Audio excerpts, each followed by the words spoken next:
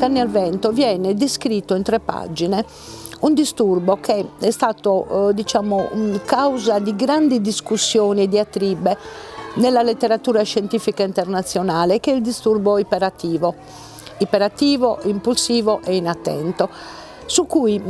per esempio i miei professori e quindi la mia generazione riteneva che fosse un'invenzione moderna americana per utilizzare molto i farmaci.